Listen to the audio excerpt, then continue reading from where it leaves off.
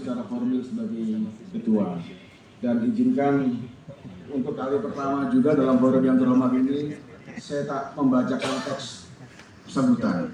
Kalau biasanya orasi langsung, nah sekarang supaya tidak keseleo lidah, izinkan saya untuk membacakan teks sambutan. Cak Edi sudah tertawa saja itu kan. Baik, yang saya hormati para pimpinan lembaga negara, lembaga pemerintahan dan kementerian, lembaga struktural dan pemerintah provinsi, para perguruan tinggi, partai politik, dan juga yang saya hormati tadi hadir Bapak Isi Karim, Sekretaris Jenderal Kementerian Perdagangan, dan Bapak Ibu sekalian para pimpinan lembaga yang hari ini hadir secara daring melalui Zoom, ya kan? Terima kasih atas kesediaan waktunya untuk mengikuti ini. Bapak Ibu sekalian, pertama mari kita panjatkan puji dan syukur kehadirat Tuhan Yang Maha Esa, karena pada hari ini kita bersama-sama hadir dalam kick-off sosialisasi monitoring dan evaluasi keterbukaan informasi publik tahun 2026.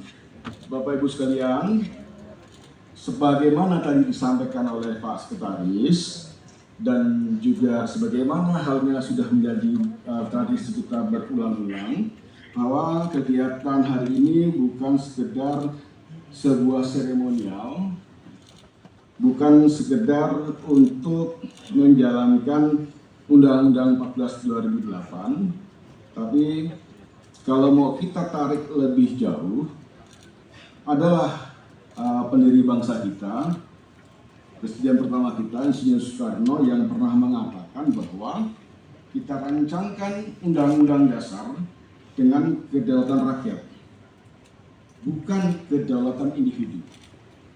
Artinya, kedaulatan rakyat berarti negara hadir untuk kepentingan rakyat. Dan dalam negara demokrasi, rakyat tidak cukup hanya diberi ruang untuk memilih. Rakyat juga diberi hak untuk mengetahui. Inilah kemudian makna dan tujuan dari kegiatan monitoring dan evaluasi. Sebagian orang menyatakan bahwa Monef itu adalah perlombaan. Ada sebagian lagi menyatakan tidak.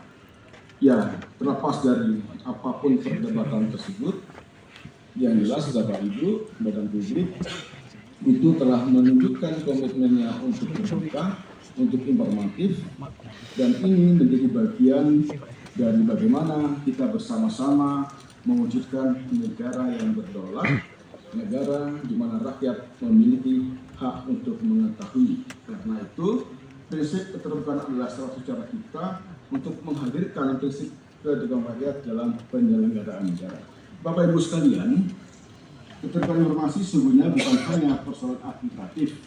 Jadi, karena dia bukan sekedar persoalan alternatif, semestinya pelaksanaan Monef itu tidak sekedar kita mengejar predikat informatif, tidak sekedar kita memenuhi pertanyaan-pertanyaan monitoring dengan checklist tertentu, tapi sungguh-sungguh memberikan makna bahwa data dan informasi yang kita berikan kepada publik itu dapat memberikan makna kepada masyarakat banyak, ada kebermanfaatan yang digunakan. Bapak Ibu sekalian, hari ini kita akan memulai monitoring dan evaluasi keterbukaan publik tahun 2006. Pada kesempatan yang sangat berharga ini, saya ingin menegaskan bahwa Monef sebagai yang saya singgung tidak sekedar perlombaan untuk mendapatkan predikat. Monef adalah cermin bagi kita semua untuk melihat sejauh mana badan publik telah menjalankan kewajiban dan informasi, apa yang sudah baik dan apa yang harus diperbaiki.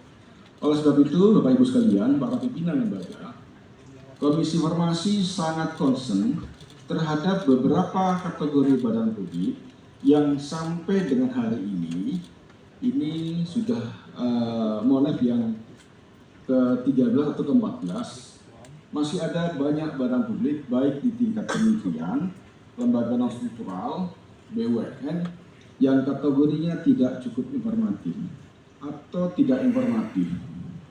Kalau sekali dua kali tidak informatif, baiklah kita dapat memahami. Mungkin karena ada pergantian pejabatnya, mungkin karena ada kealpaan. Tetapi kalau berturut-turut tidak informatif, maka patut dipertanyakan komitmennya terhadap keterbukaan informasi publik. Monef hari ini tahun 2026 akan dikawal tuntas oleh pendekar kita dari Lampung, Pak Dery Hendrian, dan ini pengalaman beliau itu sudah luar biasa. Ini sudah hampir 15 tahun di DKI dan ini ada tahun ke-16 kalau tidak salah gitu. Dan kemudian juga ada Pak Arman, itu juga dari Aceh. Ini pengalaman sengketanya, penanganan luar biasa. Ada dari Jawa Timur, Cak Edi, dan ada dari Palembang, ini Cak. Ada Mas Ajo Martin. Nah ini nggak bisa main-main Bapak Ibu sekalian. Badan-badan publik yang selama ini tidak, atau saya katakan tidak peduli terhadap keterbukaan, harap tolong Monef ini untuk ditunjukkan keterbukaannya. Monef ini akan menjadi wajah cermin dari pemerintahan Presiden Prabowo tentang komitmen untuk keterbukaan. Mari kita bantu pemerintahan ini, ya kan, untuk menunjukkan kualitas keterbukaan informasi publik agar publik masyarakat mendapatkan informasi yang benar. Oleh sebab itu badan-badan publik seperti Banantara, Agrinas, BP Taskin, mosok kalah dengan BGN? Ya ada nggak BGN di sini? Ada wakilnya nggak BGN yang datang ke sini? BGN itu adalah salah satu badan publik baru, tapi langsung lancar gas. Dan terlepas apapun itu bahwa BGN sudah menunjukkan komitmennya untuk menjalankan keterbukaan. Nah, saya berharap badan-badan publik yang baru dan juga yang lama, ada kementerian haji dan yang lainnya, ini juga agar menjadi atensi kepada Bapak Ibu sekalian, khususnya nanti tim Monef yang digawangi oleh Pak Hendriawan, ya, agar badan-badan publik yang selama ini kategorinya tidak informatif, ya, itu dapat disenggol dan dapat diberi atensi lebih. Ada nggak Kementerian Agama yang di sini yang waktunya? Ya, dari Kementerian Agama apresiasi yang saya lihat bahwa pergerakannya cukup luar biasa untuk mendorong perguruan tinggi di lingkungan PTKN, ya kan, itu cukup bagus, ya kan. Semoga targetnya seluruh PTKN 100% informatif tercapai ya Pak Kemenak ya. Semoga seperti itu. Untuk itu kita berikan aplaus untuk Kementerian Agama.